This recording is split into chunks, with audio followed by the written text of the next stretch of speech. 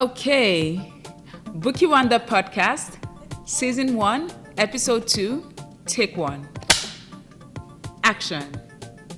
Uh-oh, you are out of focus, Bookie. How did I again?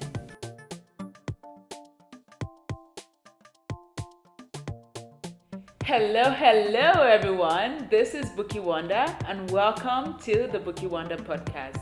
Today, I have with me my very good friend, creative partner, and an experienced filmmaker who has worked on several projects right here in Calgary, Alberta.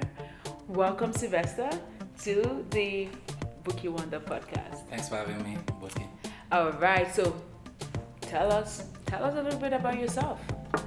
Um, okay, where do you want to start? Like, there's so much.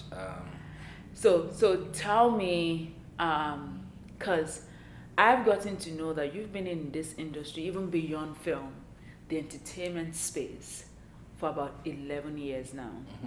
So tell us that part that nobody knows about, like that journey where I saw those pictures where you did like a fashion show, and you started getting into the creative space that eventually led you into film. So tell us from the beginning. Yeah, I think I've always been a very creative person. In school, I really excelled. Like, I was one of those kids who, it looks like someone has just like a special talent. Where I remember, if you were, I mean, you were on the film set, and you remember people. Abdul, my close friends, call me Vespers, and that nickname came from when I was in school, and I could miss like a month of school and show up when there's an exam, and I'll still place like really high, 90% and above, right? So I've always had like a special kind of talent. I thought in school, and then so I just been the creative person. And I've always been the kind of person who always likes to ask questions like why. When I go to school, when they teach me something about this, I just don't like to memorize that. I like to ask a question: why? And that why is what led me to start the journey of the fashion show that you saw, and the filmmaking after that. But it started with the question of like why do the system work the way they do, right? Why is X plus Y? Why is 1 plus 1 equals 2? Why do we have to get our credit score like this?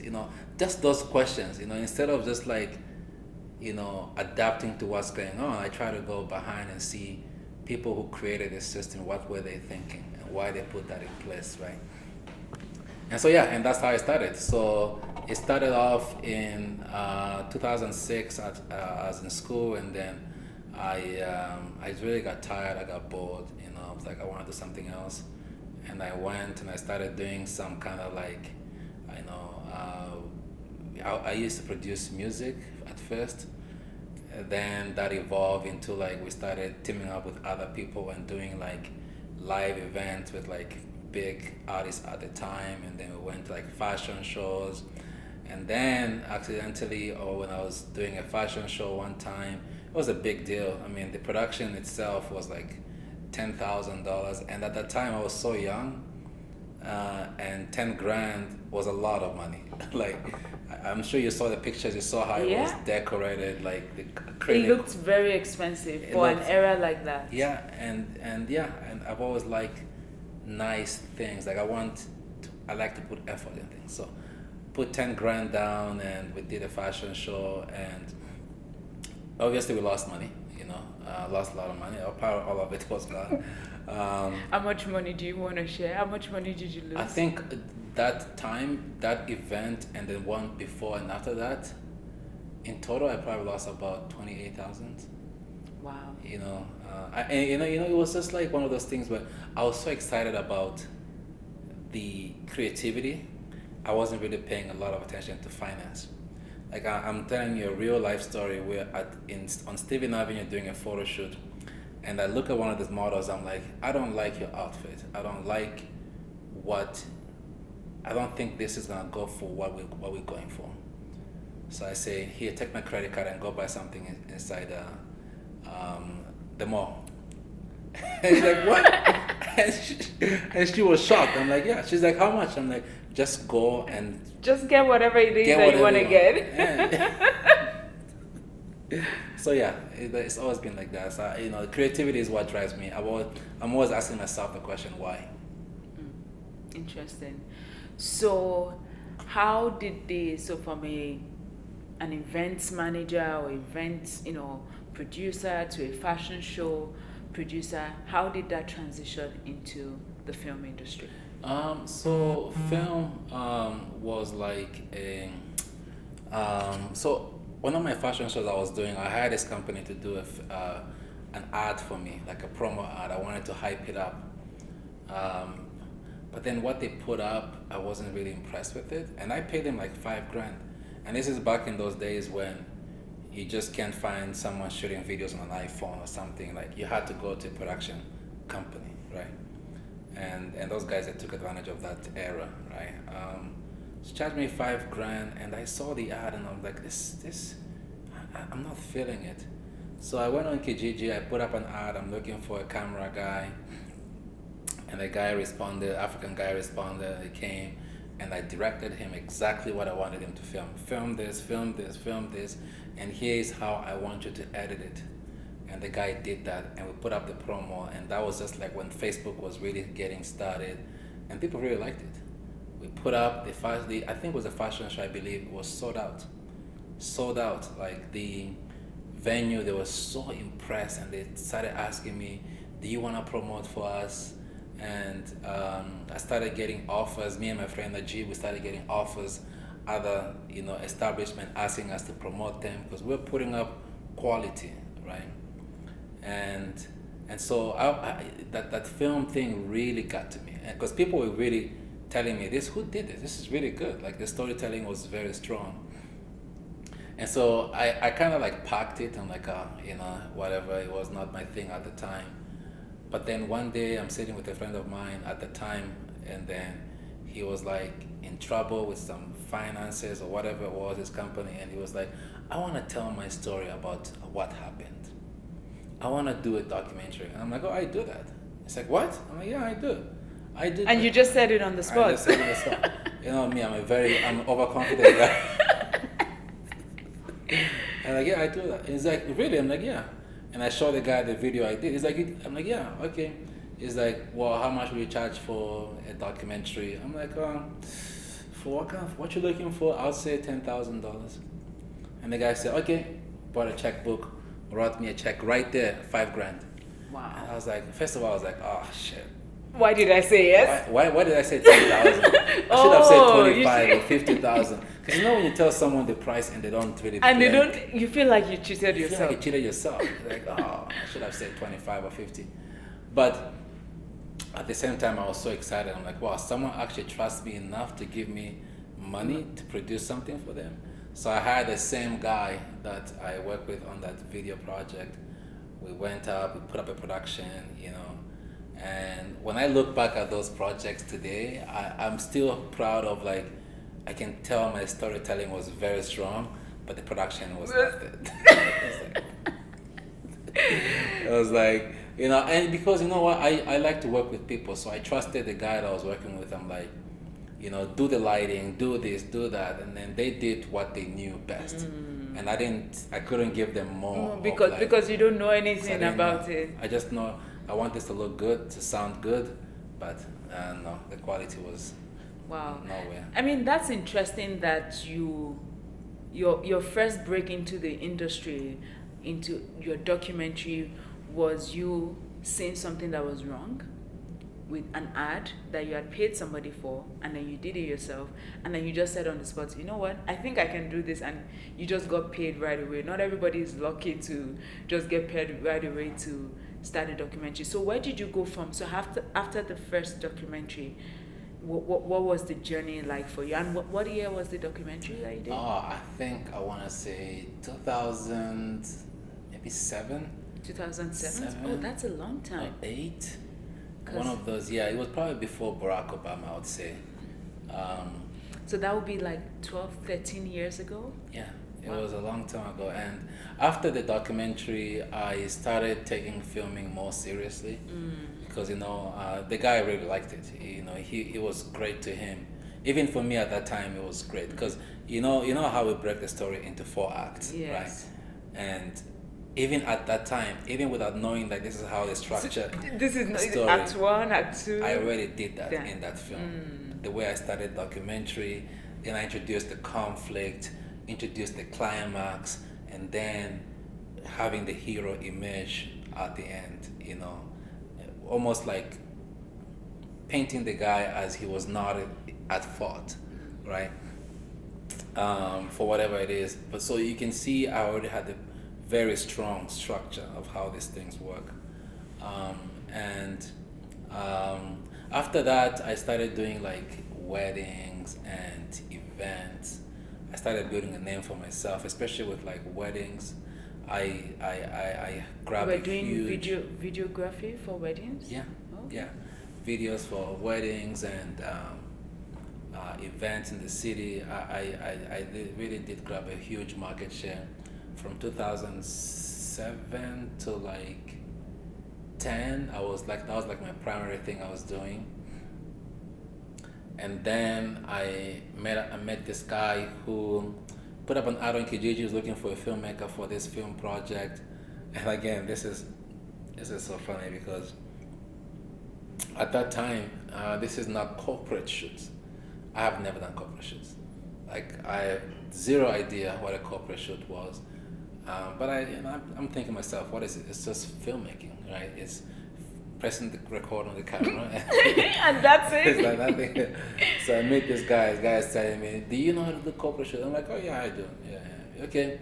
And the guy sent me by myself. I'm like, "Oh my God, please." And I just asked the guy simple question. "Oh, how does this camera work?" "Oh, you press it. Okay." And I go in that boardroom corporate shoot, and I just turn the camera on,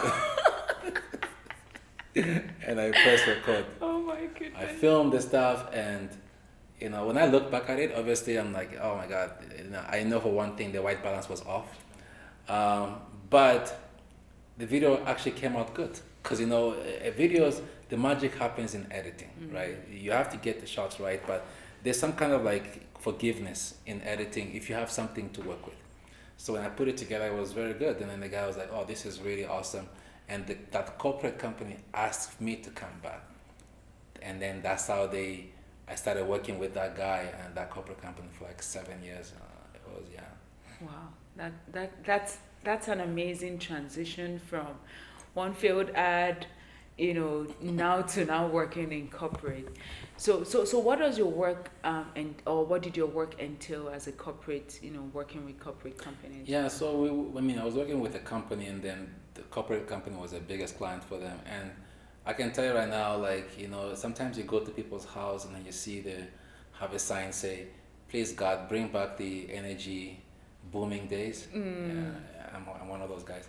Because, those corporate days, they were very nice. Because at that time, Calgary was booming. Like, money was everywhere in the city. Like, you can literally walk out of the studio and go next door and get a job, right? So for me, I was being flown around the province, I'll go to like remote areas, and, I get off the plane and there's like, SUV waiting for me, warmed up. We're living the big life. I was being, one time true story, I flew from Calgary to Bonneville by myself in a plane. It was just me and the pilot. And I was like, guys, I can drive. It's 6-7 hours. Let me leave the night before. They're like, no, plane is there waiting for you. So, and then when you get off the plane, there's a nice hotel waiting for you. It was really good. It was a good life. It was easy. I wouldn't say easy money because you earn the money by your experience that you build.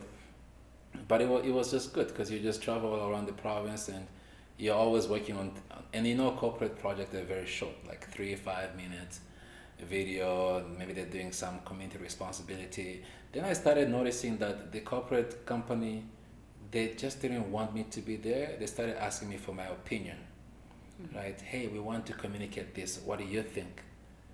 hey, we want to do this project. Send us a proposal. What you think we should do? And then that started making me feel better, which means that they're valuing me, valuing my opinion. Your opinion, your creative process. Exactly, and my communication skills, Yes. right? How you communicate to people using video.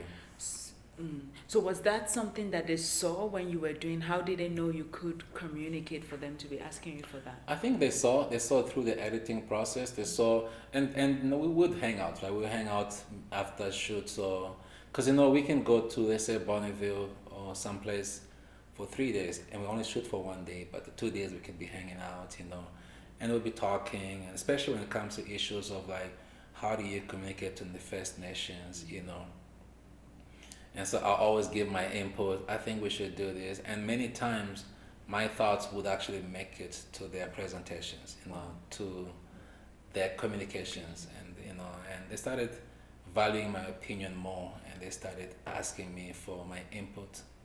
That's amazing. So you would say now that, as a creative person in any creative space, relationship building, being able to add your input beyond what you're called to do is very key then. I've always believed, like, my father used to tell me when he was alive, like, always go above and beyond, in whatever thing you're doing, especially when it comes to client's project. It doesn't matter if they give you $100 or $1,000. The fact that someone has come to a conclusion that their money is not better in their pocket, it's better in your pocket, because they want to get value from you, right? You have to go above and beyond. You have to earn that money, and you also have to be able to ensure that that work that you're putting out represents you. You can look at it today, 5 years from now, and be proud of it, because nobody will ever look at a work and say, this was not done well because she wasn't paid well, or it wasn't paid well. That information is never attached to the project. And I can really attest to that. I mean, with the Wonder Show, our first show that we did together, and I think that's where my respect for you, because we had signed something else, but then you realize that, it's not going to work. Yeah. We needed to have multiple cameras, but that was not on the contract we had signed, and you went above and beyond to do that. And I think that, especially in this industry, where relationship is the currency that actually builds it, I think that that's key. So now I want you to tell me about what's in your, I've seen your documentary, like your biggest documentary. Can you tell us about like your biggest project that you've done? There are a couple of documentaries I've seen, but there was one particular one that I saw. I don't know which one you want to tell us about. Actually, I've done a lot. I've done like maybe, I'll say 8 or 9 projects with a budget of at least $200,000 and more. I've done quite a lot, and and one of them that I'm really proud of is I did this.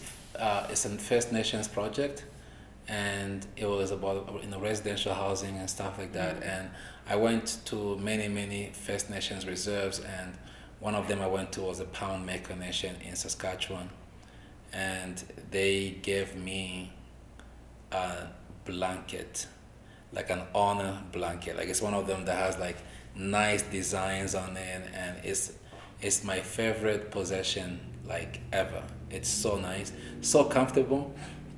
We actually still fight for it at home when we're going to bed. It's actually really nice. And I was just there, I'm just filming, but then for them it was so important that somebody was there to tell their stories, and they gave me that nice blanket.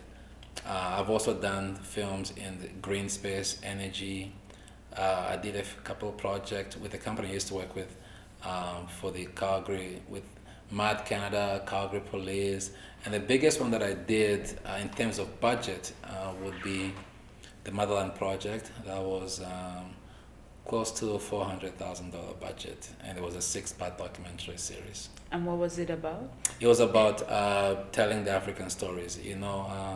We were inspired by the fact that the African narrative is controlled mostly by the Western media, and it's very hard for you to tune into any of those big food network and see a good story coming out of Africa. It's always telling you what is wrong, what civil war and disease, poverty and stuff. But if you are from Africa, like if you just came from there, you know there's more to that.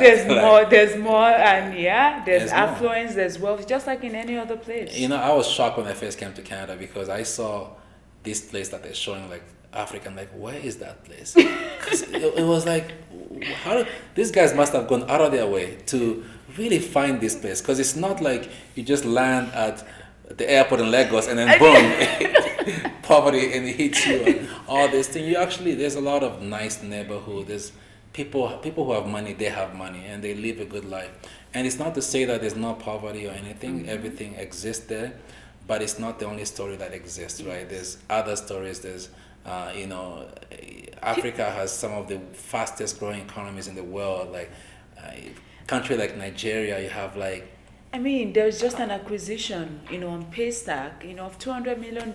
Yeah. So we don't see that being publicized in the media. You don't. And, like I was going to say, Nigeria has like one of the world's most youngest population. Yeah. It's like under 24 or most people in Nigeria, they're under 24. So you can see the future belongs to Africa, right?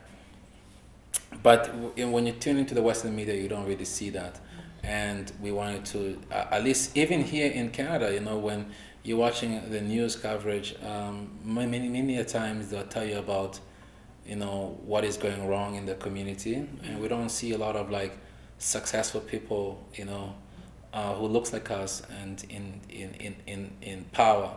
And so what we wanted to do was to also showcase the other side of the story where you have, people who are doing great things from our community right here. So that was the biggest budget. It was almost $400,000, and it was a co-product. It was me and then other two filmmakers. That's amazing. I mean, like I always say, we control our own narratives, and if we, as African or African descent, filmmakers don't tell the stories, nobody will. So, tell me about Simba Creative, because Simba Creative is how I got to know you. Yeah. So I know you used to do documentaries. So when did you stop working for this company? Was that what created Simba Creative? What's that journey like? Well, no, I've always had my own company, and my own company was called, is still called LTM Media, which later on changed to Simba Creative. So even when I was working with partnership with other people, I still kept the company. I was never like fully employed by someone. I've always had like partnership, contract, and stuff like that. And so in 2000, after we did that, Motherland documentary was my last project with partnership with other filmmakers, and I just. What year was that? 2015 was when. Yes, 2015 was when we finished production, and then we premiered it in 2016 February. And then, so here's what was happening to me. So I would go and we would make a film. Let's say, even the small budget that we used to work with, sometimes we did a couple of things that was like $100,000 budget or something like that. The thing that happened would be, I would work on there and I would be wearing like all the hats. I'll be the producer, the writer, the director, and I'll be the AD, I'll be the everything.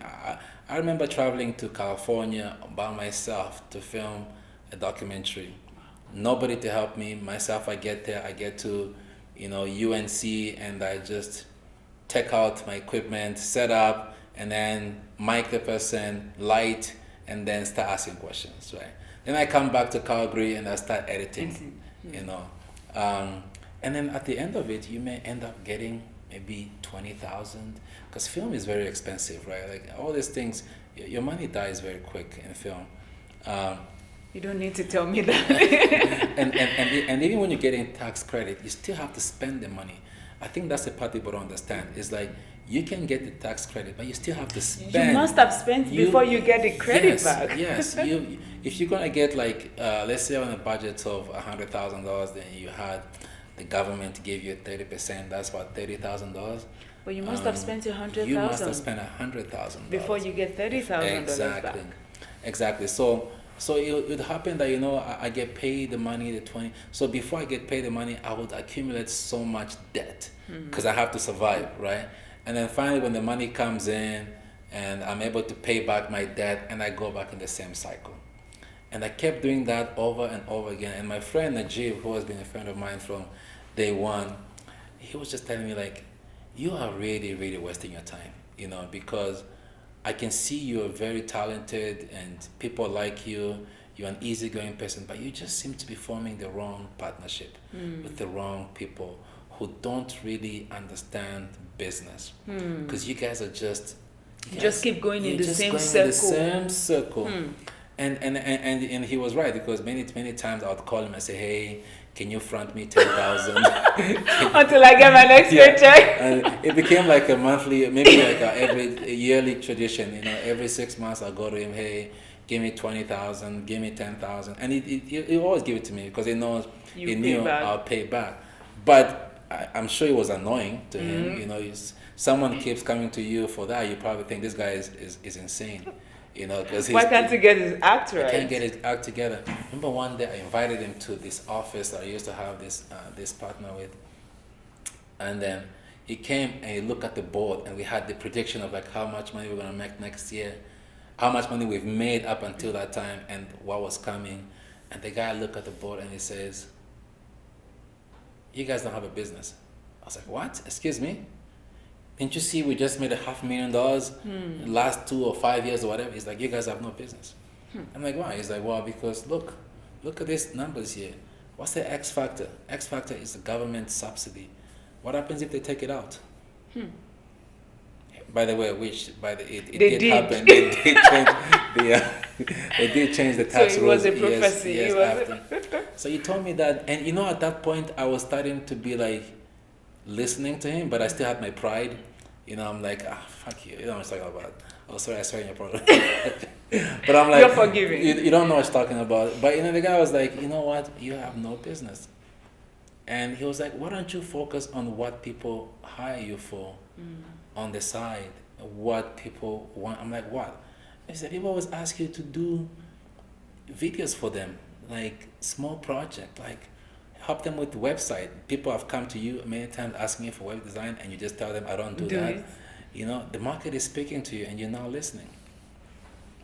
And so, you know, I think 6 months after that, I went through the same cycle again, and this one was the big budget one, and I just ran out of money, and I was just tired of like going through the same cycle, asking the guy for money or borrowing money from the bank, and then waiting for the money to come back to pay. So in 2015, also when I got together with my wife, and she just started telling me the same thing. She was like, you're wasting your time.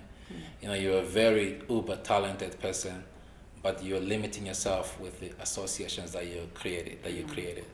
And I was like, you know what? I don't think these people, they can't all be wrong. You know, they're probably seeing something that I can't see. And in 2015, I decided to call off my partnerships, pretty much all of them that I used to have at that time. I decided, I'm like, maybe it's time for me to just go in by myself. And at the time, my dad had an office on 17, so I just moved in with him. And then towards the end of it, that's when, I still had another partner at that time, but then towards the end of that lease, I was like, okay, this is time for me to move on. And then I just started focusing on like small projects, you know. And at the time, small project can give you like $2,000, $3,000 a month. And all you needed was volume. All I needed was volume, but also it helped you be realistic with yourself, be realistic with where you are financially. And then you can say, okay, maybe I can't afford to have a studio yet. Maybe I can't afford to buy this camera because I don't have money. Because sometimes when you look at the big checks, like, you know, you get a check for 50 grand, 20 grand. It feels good when you go to the bank. It might inflate your ego and say, okay, let me go buy this. It does, because one day I went to the bank to deposit the check, and literally they stopped me. They say, "Sir," I'm like, "What's going on?" They're like, "Come with us." I'm like, "What?" They literally investigated me for depositing a big check. Sat me in the office. "What's your home branch?" I gave my home branch, and they called the home branch. "Do you guys know this guy? Take my picture, take a picture of my license plate." And so when you do that, you kind of feel like you're important. You're like, oh my God, Yeah. these people, they've never seen this kind of check before. You know? Oh my God. So Sylvester. it gives you a very false hope, a false picture of your financials. Because the devil lies in the details, right? Yeah. The detail says that you've been living on debt for 8 months. And so it doesn't matter if you get $50,000 check or more, you still got to pay that debt. And then maybe you have 2-3 months and then you're back to zero again. So it was the same cycle. So I went to meet up with one of my clients, Ellie Bianca, Evelyn, very, very good girl. I call her sister now. But anyways, in the meeting, I met her. We're talking about doing some productions for TV. At that time, I was doing a TV show with Omni TV. And she's like, she really liked me in that meeting. She was like, and I remember selling her something, and it was like, so, I think I sold her a commercial spot for like $149. And I could just see her being like shocked in the meeting. She's like, this guy came all the way here for $149? And for me, I just knew, I'm like, I need to get into the door, because once I get in, You can I will upsell have whatever. a confidence. Once I have a confidence, I can sell her anything, right? I will not sell her $149 again. I will sell her 5,000, 10,000, and more, right? And that's exactly what happened. You know, once I got in, I remember she's asking me in the meeting, she's like, what else can you sell me?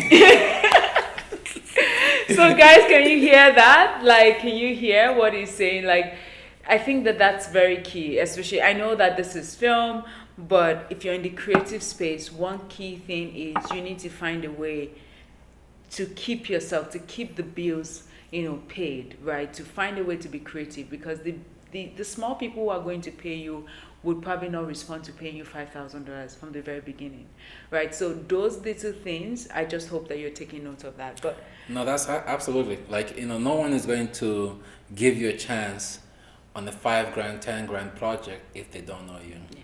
But if they, people, what they say is true. People buy from people they like.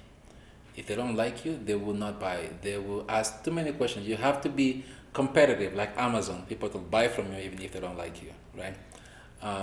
But for people like us who are independent creatives, you need to find a way to get in. And for me to get in the door, I just knew, okay, this woman, she has a network. If I can get to her, and if I can do a good job, her friends will see that. And when her friend sees that, somebody else will call me. And then that person has also friends. And so, and literally I drew up a strategy of how I was going to do that. And it worked like magic. You're pretty much just seeing your script being filmed. That's what happened. So I started getting calls. That's how Adonia called me. That's how Ahi, all these people, because they saw that work I did with Evelyn, and they said this was really good. And that's how I got recommended to you. I mean, Yeah. I had not seen your work, but Yeah. somebody else had seen it and said, okay, I think with what you're talking about, this is the right person Yeah, that would work with you. yeah. Okay, that's interesting. I mean, so Simba Creative now, works with, who do you work with at Simba Creative? First of all, in the beginning, one thing I didn't mention is I did a lot of, aside from documentaries, I have done or delivered licensed over 100 episodes to TV networks in the local region. Like I did a lot with Shaw TV. I was one of the first producers that used to work with Shaw TV. I did a lot of content with them, and then I moved to Omni TV, where I produced a lot of content for them.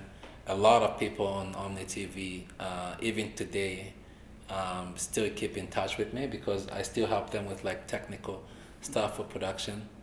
A lot of the African or the black talent on Omni TV, a lot of them were recommended to me by the station because they know I can help them with technical stuff, or even like the newly landed immigrants or the ones who don't know a lot about technical stuff. Omni TV would always recommend them to me. So Simba Creative, so when I started, I just focused on small businesses, and I was only focused on I had a TV show on Omni, so we had to sell advertisements, So then I'll just go to some small business and get them to advertise on the show. But then a lot of small businesses, they don't have assets, right? So then they'll commission you to go and create assets for them, like ads. So what do you mean by assets? So I mean like marketing assets, like videos, even like graphics that they can put on TV. A lot of them didn't have, so then they would hire me, and I would hire people to do that. So it's been like it's one of those things where you have a plan in the beginning, and you just execute slowly. If you know me, you know I do not like to be in public. I like to execute in silence. I know that, bro. Right. So you just move slowly, but over the years, I can say that I'm very grateful because a lot of people in Calgary, small businesses, they really truly support Simba Creative. Like, we have a very sizable market share in Calgary, especially from the African community and the Black community. That's amazing. So, you've been working with all the small businesses. You kind of like left film for a while. What made you get back into film? Film is expensive. Film, I'll always say that. Film is very expensive. One of my good friends, Dan, always says there's 3 M's you should be running away from: movies, medicine, and medical, right?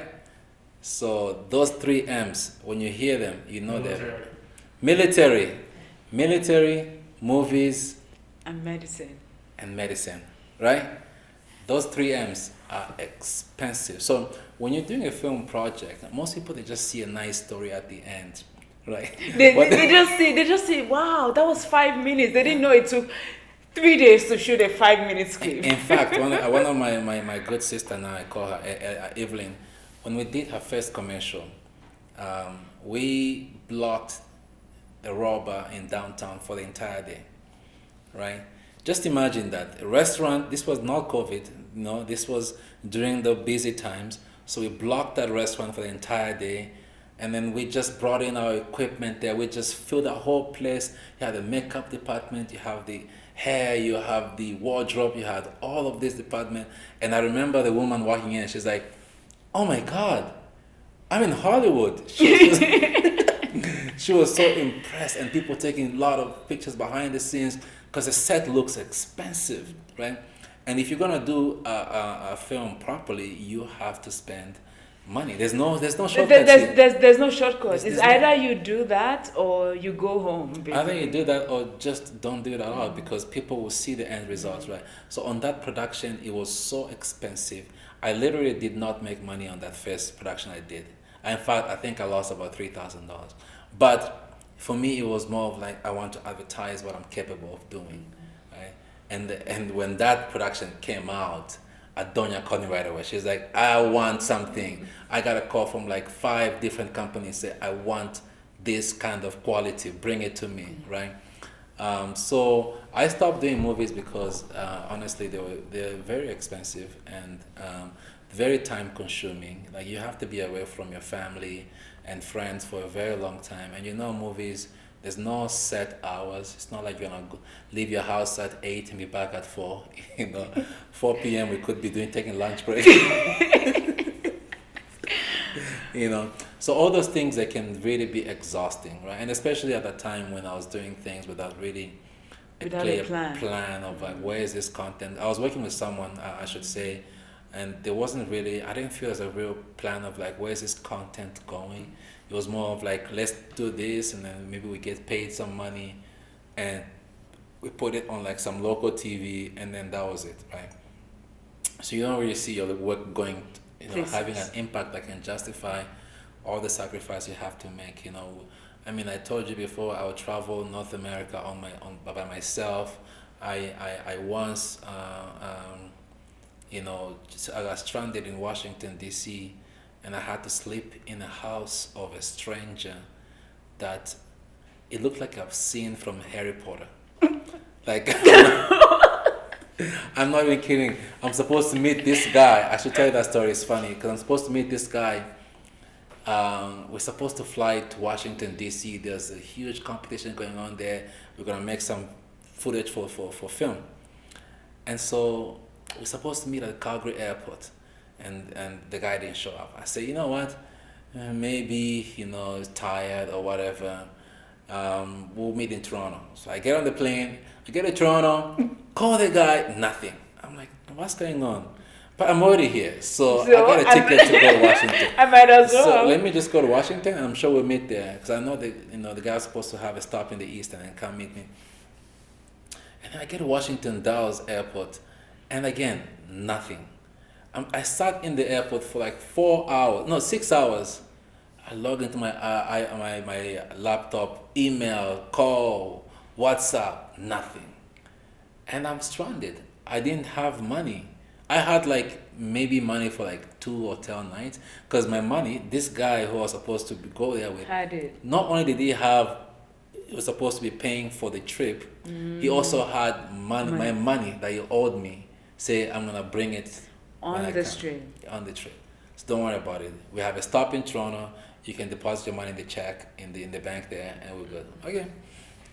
And so I get to Washington Dulles, and I have no money, and I'm stranded. Oh, I had some money, but I didn't have a credit card. And in those days, you couldn't book a hotel without a credit card. Yes, you need. Right. So now I'm like, what do I do? So And there was no Airbnb. there was no Airbnb. it wasn't there. So then what I did was I looked up for motels or something where I know they can accept cash. And then that took me to like some really ghetto area in Maryland. So I'm in Maryland for a few days there, and it was so ghetto in that part of the city. I'm telling you, like literally, one day I woke up. Oh no, I didn't wake up. I'm in the hotel, and somebody knocked on the door, and I'm like, me every time I travel, I always put the thing that says do not disturb. I don't clean my place. I'm fine. I'll do what I need. I just don't want someone to come in because I usually have equipment laying around and everything. And so one day I hear a knock on the door, and I go open, boom, it's a prostitute. And they're like, do you want anything? And I'm like, no, I'm okay. I don't need no room service. They're like, no, do you want anything? I'm like, no, I'm good. I was so scared because I can sit down. I see couple of guys looking up. It's like, The center, yes, basically. yeah, it's like, being pimped or something.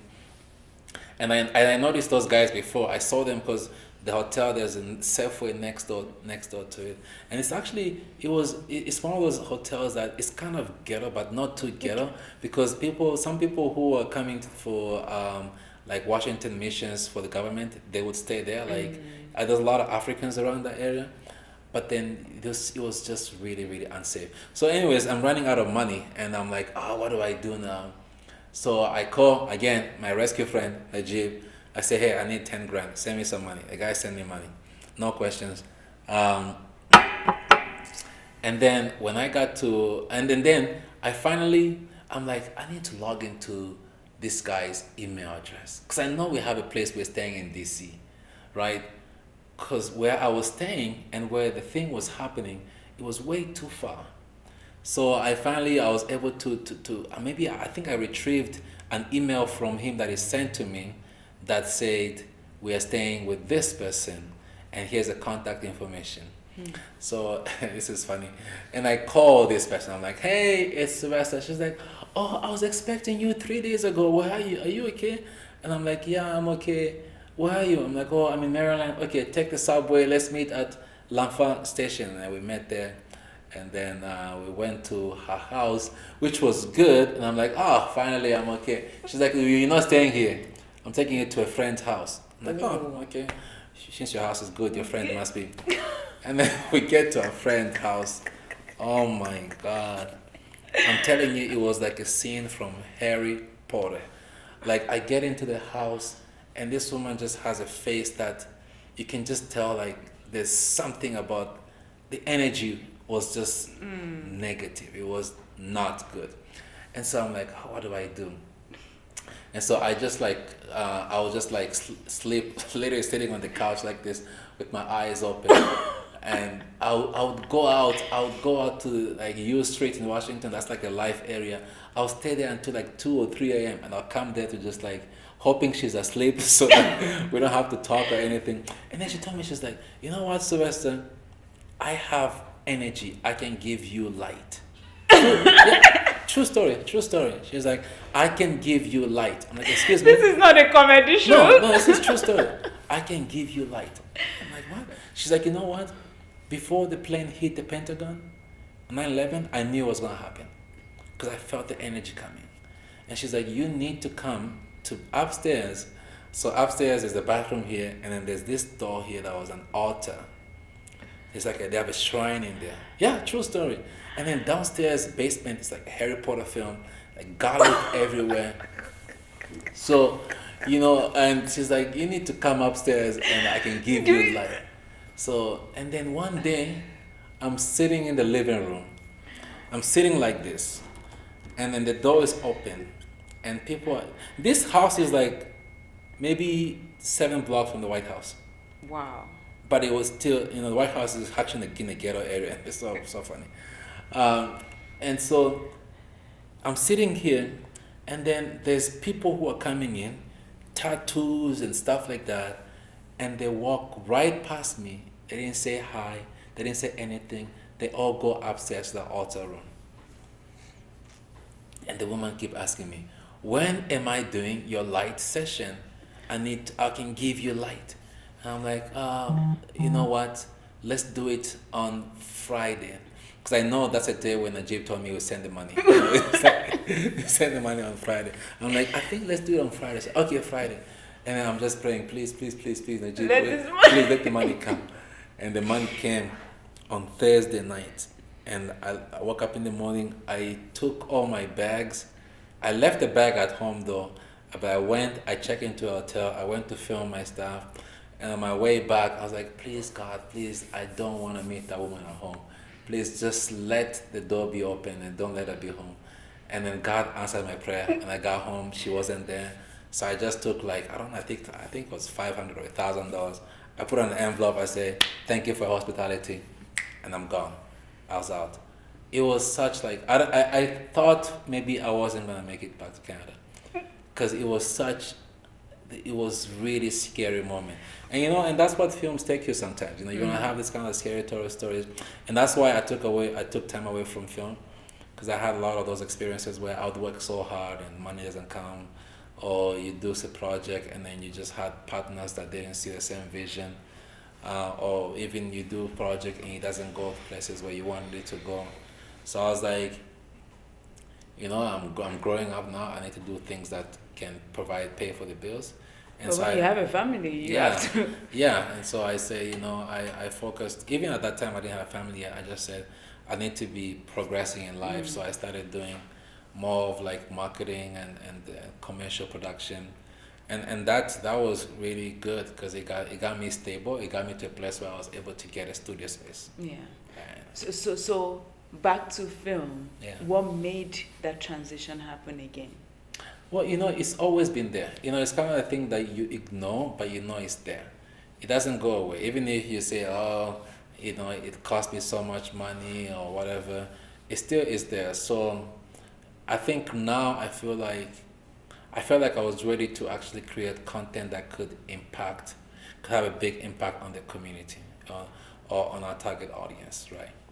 And I feel like I felt like I had more knowledge of how not only to create good content, but also how to create a business out of it, how to create content that can be in demand, and so you can have a distribution deal. So yeah, and that's what, especially because, when I met you, you were just bothering me for a long time. I remember you just came to me, hey, Sylvester, let's do a film. And I was like, whatever. And then one day I'm talking to you, you just throw it out we can be doing something, we can do a film project. I was just like, I don't think this woman knows what she's talking about, because this thing is expensive, It's going to require a lot of time commitment and stuff. So, but then when the pandemic hit, and then it forced everyone to reevaluate their moral compass, and their values, I was like, I need to go back to my roots and do what I love. And yeah, that's how I got back into film. Wow. That's an amazing transition. I agree with you. Film is expensive and it's a lot of sacrifice. I can say that for sure. And you have to be ready to commit to it. So, I mean, I've taken a lot of your time. So, I guess my final question now is, I know the series we're both working on. There's still a lot of process with that. But what's the future? What's the now and the future for you as a filmmaker? Um, I really want to get into a drama. Like I'm very passionate about drama, especially African drama. I feel like there's a lot of stories we can tell in that space, creatively. Um, One thing I also wanted to mention was like filmmaking, especially on our level. It's almost like you're running for president of a country. Like you need to know everything, like who is doing what. You can't be on set and people ask you, "Oh, where's the AD?" Like, "Oh, what's AD? What's gaffer? What's the gaffer? That question someone asked you. What's the gaffer? What's this person doing here?" You need to know everything going on, and that's just the production. There's a pre-production where you have to prepare budgets and development, script, and that also you gotta deal with all that politics. And then when you're done the production, now you gotta deal with the networks, distribution, streamers, or whatever, right? So this it's like a lot going on for one person. That's why when you're watching movies, there's always like never-ending credits, right? Because there's too many people involved on a film project. So for me, my future is I first of all, I'm very happy for what me and Joe are doing because without you, I don't think I'll be doing this because it's very energy consuming, right? But it's always helpful when you have someone else that believes in what you're doing and you're able to advance things together. And for me, what I want to see, obviously, I'm involved in an accelerator program. I was chosen as one of the 15 filmmakers to participate in that, and I've just been like, my eyes have been open to the world of filmmaking on a professional Hollywood level. And I just want to tell stories in that space, drama stories, African drama stories in that space. That's amazing. So, a lot of people that are watching this because they know Sylvester is the executive producer of the African Family Series, and I want to hear from him. I want to learn from him. So, what would you say to somebody who is brand new, and is saying, I'm in Alberta or I'm in Canada, I want to start up as a filmmaker? What would you say to that person, in whatever capacity? But I want to tell my own stories too. What would you say is a starting point, or what advice, knowing what you know right now, what would you tell your younger self?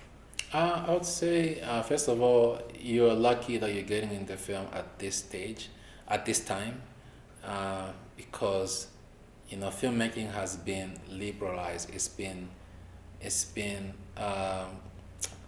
It's much easier now to get into film because if you want to tell a story, frankly, you can actually just go and buy a camera, and you can put together something. You can at least learn the basics of things, right? But when you start moving up the ladder, it's always funny because when you start making films, you always say, "Oh, I don't need to have 20 people working with me. I can just do it myself. Like, I can do the camera, I'll mic these people up, and I'm going to tell the actors what to do. You're going to convince yourself this is how you're going to do it." But then when you start moving up, you realize, like, no, actually, that is a specialty skill that You need somebody who's specialized. You need someone who that's all they do. Like all they do is how to light things properly. You need someone who all they do is mic and all that kind of stuff, sound. So you need to have a lot of patience. You need to have passion, and you need to network. Find people who are doing what you're doing, and don't have money as your motivation when you start out. Because the truth is that unless if you are a very unique story, it's not going to take some time. Yeah, it's not going to happen for you right away. You're going to take, for many of us, it took a lot of time to even start getting the credit for what you're doing. And once you have made it to where you want to go, the doors opens up. You never have to send a CV anymore. You never have to do any of that stuff. Film is very powerful in a way that your work can impact millions of people. And even after you die, your work can live. You can sit on a panel with the president, I had a chance to meet with so many powerful government people, from the premiers to, a U.S. Secretary of Energy, very, very important people.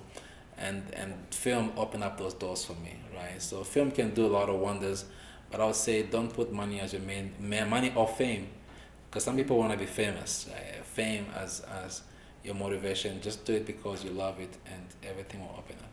Yeah, and I mean, if you have that, there's nothing wrong with it. The only thing is make sure you have your paycheck Yeah. that is still paying you Yeah. until you make Yeah. the big bucks that you can then rely on. But I really do agree with that in terms of filmmaking and Yeah. in terms of production. Yeah, and get training. Get training so you can be part of the. Because there's always movies coming here. People doing films. They want to hire crew members. If that's where you want to be, that's mostly where you should start. Is working as a crew member. Get training so you can have values that cannot be replaced.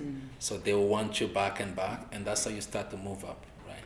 So what would you say for actors, people in front of the camera? What would you say? I know that's not your field, but do you have any word for people who want to get into film? I think first of all, I'd say a humility. A lot of people don't. Then they they don't have a realistic image of what it takes to make it. They want to be famous, so they want to do this. They saw this behind the scenes of how these actresses were being treated, but they don't understand the levels to those things, right? So, number one thing, be humble. Don't think you know everything. Don't think that people need you. Film, everybody is replaceable. Yeah. You know, Including the star. including the star. The stars have been replaced many times before. Just be humble and then come do your work. Like, get the set, get the job done, and then go, right? Don't be there wasting people's time because, in film, every minute, every second is money, right? When we are filming like 7-8 pages a day, that could be $10,000 a day. That could be $50,000 a day, $100,000 a day, right? Depending on the size. Depending on the cast, depending on the crew, location, all that kind of stuff. So the last thing that you want to do as an actress is to waste the producer's time, because they will not have you back. They will blacklist you, right? And the film community is very small. Everyone knows everyone. So as an actress, you're getting into the film industry, be humble. Do your work, like take your job very seriously. Understand that you are acting, you're doing a job, you're getting paid for a job, or you're building your credit for that job. And just show up representing yourself in a way that you can be proud of yourself. Amazing. Thank you so much, Sylvester. This has been really insightful. Thank you all so much for joining us. You've heard Sylvester. Sylvester has talked about his highs, his lows, his journey. I think a 15-year or 16-year journey that has brought him to this point. Sylvester right now is one of the 15 producers that have been chosen in Alberta to be on the Alberta Producers. Pioneer is the first one that they just started. So, and that started with the work that I did. So for me, if there's something I've taken away from this, apart from the fact that Sylvester and I will work together, is you have to start something. You have to do, like he said, if you need to buy a camera, start something. As you do, look for other like-minded people, collaborate, network, be humble. It takes a process. So I do hope that today has provided insight to you, or at least giving you just a different perspective, a different view of how the industry works. So until I come your way another time, stay tuned. This is the Bookie Wonder podcast. Enjoy your